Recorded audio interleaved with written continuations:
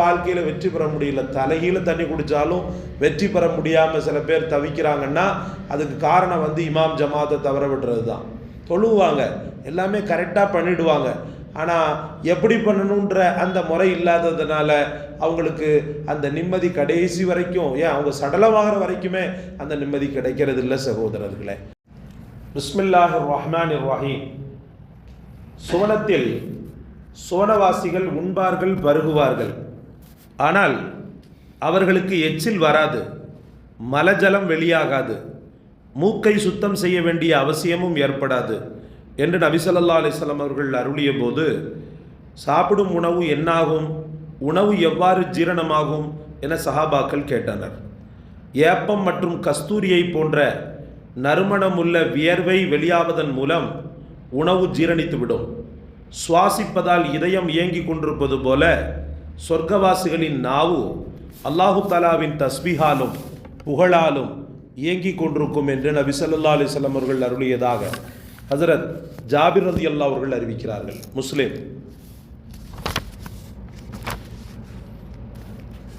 சில வாலிபர்களை ஏவி ஏராளமான விறகுகளை சேகரம் செய்து காரணமில்லாமல் தங்கள் இல்லங்களிலேயே தொழுது கொள்வோரின் இல்லங்களுக்கு சென்று அவர்களது இல்லங்களை தீ வைத்து எரித்துவிட எனது உள்ளம் நாடுகிறது என்று நபி ஸல்லல்லாஹு அலைஹி வஸல்லம் அவர்கள் கூறியதாக ஹஜ்ரத் அபூ ஹுரைரா ரலியல்லாஹு அவர்கள் அறிவிக்கிறார்கள். அபூ தாவூத்.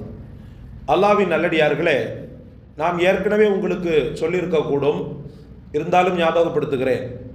வீட்டில் தொழுவதற்கு ஆண்களுக்கு அல்லாஹு தஆலா சில காரணங்களின் மூலமாக அனுமதி தந்திருக்கிறார். என்ன காரணம்?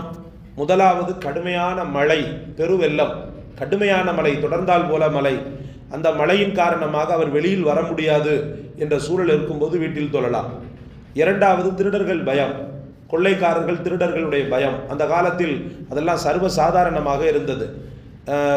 டக்குன்னு என்ன செய்வாங்கன்னு சொன்னால், கொரில்லா தாக்குதல் மாதிரி போய்கிட்டு இருக்கிற நேரத்திலேயே திடீரென என்ன செய்வார்கள், உடைமைகளை பறித்து கொள்வார்கள், கொள்ளையர்கள் இருந்தார்கள்.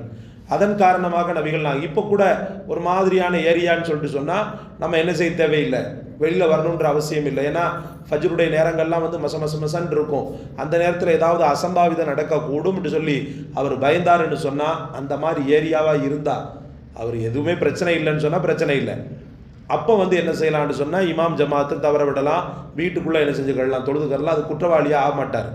மூணாவது என்னன்னு சொன்னால், கடுமையான நோய், வெளிக்காற்று பட்டாலே அவருக்கு பெரிய அளவுக்கு பாதிப்பை ஏற்படுத்திவிடும் அப்படின்ற ஒரு தங்கடம் அவருக்கு இருந்துச்சுன்னு சொன்னால் அவர் இமாம் ஜமாத்தில் கலந்து கொள்ளணுன்ற அவசியம் இல்லை, வீட்டில் தொழுகலாம். இந்த மூன்று காரணத்தை தவிர தூங்கிட்டேன், அப்படி ஆயிடுச்சு இப்படி ஆயிடுச்சு அப்படின்ற அந்த ஒன்றை மனதில் இவராகவே உருவாக்கிக்கிட்டு காரணத்தை தேடுறதுக்கு அவர் முற்பட்டாருன்னு சொன்னால் அவருடைய தொழுகை. பொதுவாக லாஜிக்காக ஒன்று நம்ம சொல்லுவோம், ஒரு குழந்தையே இல்லாத ஒரு தாய் தகப்பன் அவங்க ஒரு குழந்தைய எடுத்துக்கறணும்னு சொல்லி ஆசைப்படுறாங்க. அப்போ ஒருத்திட்ட கேட்குறாங்க. அப்போ அவள் என்ன செய்கிறா தெரியுமா, 6 மாதம் குறைப்பிரசவத்தில் இருந்த அந்த குழந்தைய, குறைப்பிரசவத்தில் பிறந்த அந்த குழந்தைய எடுத்து கொடுக்குறான். இன்னாங்க இதை வச்சுக்கிறங்கன்ட்டு. சரியாக கண்ணு முளைக்கலை, காலும் முளைக்கலை, சரியாக கண்ணு வரலை, காலும் முளைக்கலை, கையும் முளைக்கலை.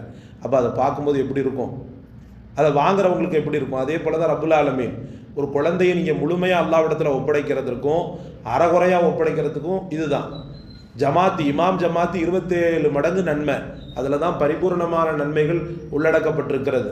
அப்படி இருக்கும்போது பரிபூர்ணமான நன்மையை கொடுக்கறதுக்கு பதிலாக குறமாசத்தில் பிறந்த குழந்தையை போல ஏதோ வீட்டில் தொழுதுட்டு அந்த பரலை மட்டும் முடிச்சுட்டு இந்தா வச்சுக்கோன்னு சொல்லி அல்லாட்ட கொடுத்தா எப்படி இருக்கும் உள்ளம்? அதனால தான் வாழ்க்கையில் வெற்றி பெற முடியல. தலைகீழ தண்ணி குடித்தாலும் வெற்றி பெற முடியாமல் சில பேர் தவிக்கிறாங்கன்னா அதுக்கு காரணம் இமாம் ஜமாத்தை தவற விடுறது தான். தொழுவாங்க, எல்லாமே கரெக்டாக பண்ணிடுவாங்க, ஆனால் எப்படி பண்ணணுன்ற அந்த முறை இல்லாததுனால அவங்களுக்கு அந்த நிம்மதி கடைசி வரைக்கும், ஏன் அவங்க சடலமாகிற வரைக்குமே அந்த நிம்மதி கிடைக்கிறது இல்லை சகோதரர்களே. அல்லாஹ் ரப்புல் இஸ்ஸத் உங்களையும் நம்மையும் நம் சமூக ஆண்களையும் இமாம் ஜமாத்து தவற விடுவதிலிருந்து பாதுகாப்பானாக. எந்த உலகத்தில் அவர்கள் பெரிய வெற்றி கூடிய நாட்டிட்டேன்னு சொல்லி பொருளாதாரத்திலேயோ மற்ற விஷயங்கள்லையோ உச்சகட்டத்தில் இருந்தாலும் படைத்தவன் தான் இது அனைத்தையும் தருகிறான். அவனை ஒருமித்த நிலையில், ஒருங்கிணைந்த நிலையில் இமாம் ஜமாத்தோடு தொழுவேன் என்ற சபதத்தோடும் லட்சியத்தோடும் வாழக்கூடிய மக்களாக நம் குல ஆண்களை அல்லாஹ் ஆக்கி அருள்வானாக. சுபானல்லாஹி வபிஹம்திஹி சுபானக் அல்லாஹ்